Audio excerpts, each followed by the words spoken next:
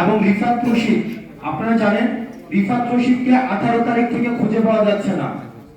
এবং আবু বাকের, আসিফ মাহমুদ, আবু বাকের এবং রিফাত রশিদ, এই তিনজনকে 18 তারিখ থেকে আজকে পর্যন্ত খুঁজে পাওয়া যাচ্ছে না।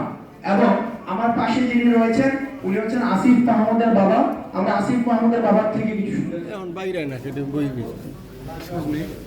আসসালামু আলাইকুম। আমি সমন্বয়কারী আসিফ মাহমুদের পিতা। আমি গতকাল ইত্তেফাক পত্রিকায় জানতে পারছি আসিফ মাহমুদ ঘুমের শিকার। এই কথা জেনে আমি আজকে আসলে ঢাকাতে আসা ঢাকা মেডিকেল কলেজের মর্গে তালাশ করছি, কিন্তু তাকে পাই না। এখন আমি আমার একটাই আবদার, আসিফ মাহমুদের সন্ধান চাই আপনাদের।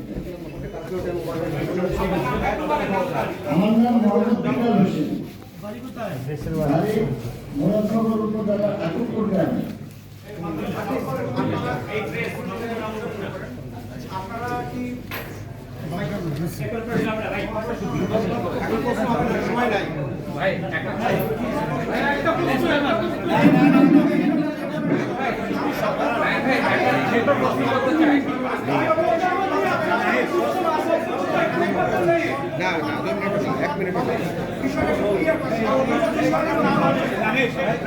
আচ্ছা, হাসনাত যে কথাটি বলেছে এটা হচ্ছে ওই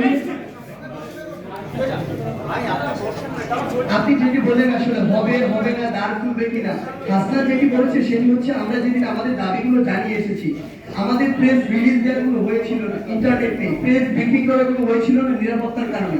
আমরা ইভেন আপনাদেরকে মেসেজ বা কল দিয়ে দিচ্ছিলাম, সেটা তো কানেক্ট করতে পারছিলাম না। এই জায়গা থেকে দিয়ে এসেছি এবং ওই অবস্থার পরিপ্রেক্ষিতে হাসনাত বলেছে যে আমাদের ভাইদের রক্তের উপর দাঁড়িয়ে সংলাপটি হতে পারে না, এটা ওই অবস্থান করে। আমরা এখন আমাদের জায়গা থেকে যেটি বললাম যে আমাদের জরুরি ভিত্তিতে 4 দফা মেনে নিয়ে সরকার যদি আমাদের ক্যাম্পাসে ফিরিয়ে সুষ্ঠু পরিবেশ এনে দিতে পারে, তারপরে যে 8 দফার যে বিষয়টি সেটি নিয়ে সরকার যে সংলাপের আহ্বান জানিয়েছে সেটির দ্বারটি উন্মুক্ত হবে। প্রজ্ঞাপন নিয়ে সুস্পষ্ট বক্তব্য চাই, প্রজ্ঞাপন নিয়ে সুস্পষ্ট বক্তব্য চাই। আপনারা যারা এখানে উপস্থিত আছেন তারা নিরাপত্তাহীনতা কিংবা শঙ্কার মধ্যে আছেন কিনা? আরে সেটা তো বলছে প্রজ্ঞাপন প্রজ্ঞাপন প্রজ্ঞাপন দিয়ে বলেন, প্রজ্ঞাপন প্রজ্ঞাপন নিয়ে সুস্পষ্ট বক্তব্য চাই।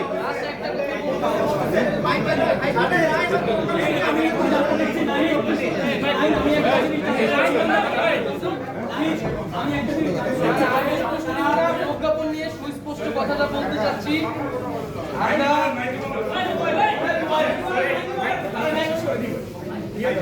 শেষ করে দিই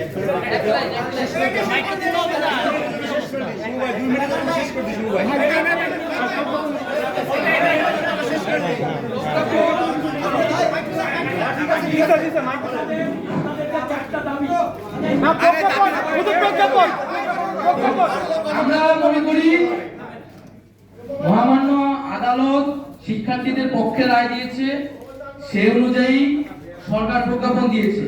কিন্তু সরকার এই প্রজ্ঞাপন দিতে যত রক্ত মারিয়েছে, যত লাশ পড়েছে সেটা অনাকাঙ্ক্ষিত, এর জবাব আমরা চাচ্ছি।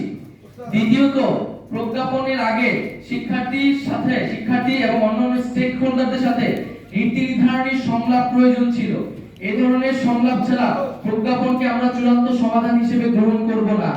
তাই আমরা যথাযথ সংলাপের পরিবেশ তৈরি করে এবং সকল স্টেক হোল্ডারদের সমন্বয়ে আমরা একটি নীতি নির্ধারণী সংলাপ চাচ্ছি এবং আমরা কোটা নিয়ে যাতে ভবিষ্যতে কোনো ধরনের সমস্যা না হয় সেজন্য একটি স্বাধীন কমিশন গঠন করার আহ্বান জানাচ্ছি।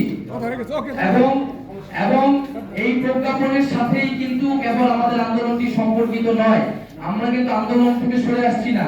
যারা জনগণ আমাদের সাথে নেমেছে তাদের বক্তব্য, তাদের দাবি দেওয়া, তাদের যে হতাহত, তার সুস্পষ্ট সমাধান এবং বিচার না হওয়া পর্যন্ত আমাদের আন্দোলন কিন্তু অব্যাহত থাকবে। ঠিক আছে, থ্যাংক ইউ।